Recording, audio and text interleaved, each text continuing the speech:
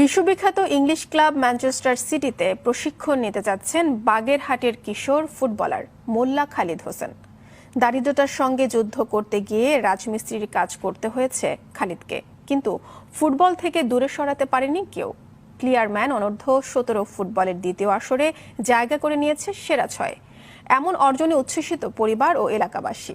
বাগেরহাট প্রতিনিধি শামসুর রহমানের পাঠানো তথ্য ছবিতে জানাচ্ছেন মুমিন রহন। চোখে মুখে বড় ফুটবলার হওয়ার স্বপ্ন খালিদের। বিশ্ববিখ্যাত ইংলিশ ক্লাব ম্যানচেস্টার সিটিতে প্রশিক্ষণ নিতে যাচ্ছেন বাগেরহাটের কিশোর ফুটবলার মোল্লা খালিদ হোসেন। দারিদ্রতার সঙ্গে যুদ্ধ করতে গিয়ে রাজমিস্ত্রির কাজ করতে হয়েছে খালিদকে, কিন্তু ফুটবল থেকে দূরে সরাতে পারেনি কেউ। প্লেয়ারম্যান অনূর্ধ্ব-17 ফুটবলের দ্বিতীয় আসরে জায়গা করে নিয়েছে সেরা 6। এমন অর্জনে উচ্ছ্বসিত পরিবার ও এলাকাবাসী। বাগেরহাট প্রতিনিধি শামসুর রহমানের পাঠানো তথ্য ছবিতে জানাচ্ছেন মুমিন রহন।